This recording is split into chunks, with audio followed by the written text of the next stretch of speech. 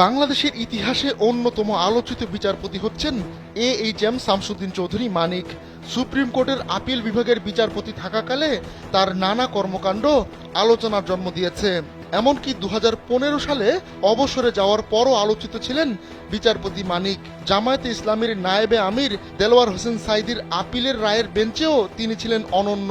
রায়ে কেবলমাত্র তিনি দেলোয়ার হোসেন সাঈদীর মৃত্যুদণ্ডাদেশ দিয়েছিলেন। বিতর্কিত নানা কর্মকাণ্ডের কারণে প্রায় সবসময় আলোচনায় ছিলেন বিচারপতি মানিক।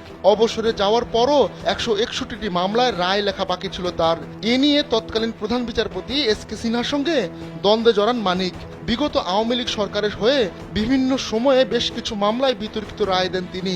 সাম্প্রতিক কোটা সংস্কার আন্দোলন চলাকালেও বিভিন্ন গণমাধ্যমের টকশোতে অংশ নিয়ে শিক্ষার্থীদের নিয়ে নানা অশালীন মন্তব্য করেন বিচারপতি মানিক। একমাত্র ওয়ালটন এসি দিচ্ছে 1 বছরের রিপ্লেসমেন্ট গ্যারান্টি এবং কম্প্রেসরের 10 বছরের গ্যারান্টি। অভিযোগ রয়েছে 21 জন বিচারককে ডিঙিয়ে মানিককে বিচারপতি নিয়োগ দিয়েছিলেন শেখ হাসিনা। এক ট্রাফিক সার্জেন্টকে হাইকোর্টের বিচারকের গাড়িকে সালাম না দেওয়ার কারণে আদালতে কান ধরে উঠবোস করিয়েছিলেন মানিক।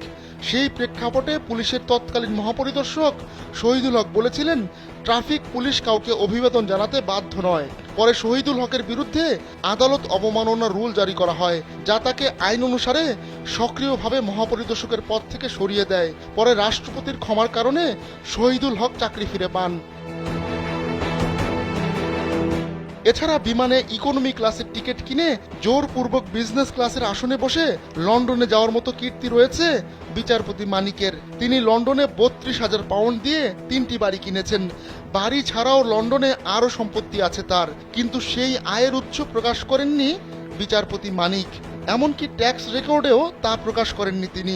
অবসর নেওয়ার কয়েক মাস পর মানিক অনেক মামলার রায় লিখেছিলেন। তার বিতর্কিত রায়ের কারণে বাংলাদেশ সুপ্রিম কোর্ট মানিকের রায় দেওয়া 161টি মামলা প্রত্যাহারের সিদ্ধান্ত নিয়েছিল।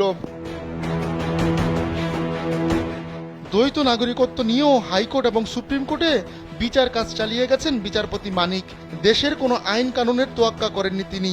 অভিযোগ রয়েছে বিচারপতি মানিক দলীয়করণ, স্বজনপ্রীতি, যাকে ইচ্ছা তাকে নির্যাতন ও হয়রানি করেছেন। বিচারপতি মানিকের বিরুদ্ধে মানি লন্ডারিং, বৈদেশিক মুদ্রা বিনিময় আইন ভঙ্গ ও মিথ্যা তথ্য দিয়ে সম্পদের হিসাব গোপন এবং সুপ্রিম কোর্টের বিচারকদের শপথ ও আচরণবিধি ভঙ্গের মতো অভিযোগও উঠেছিল।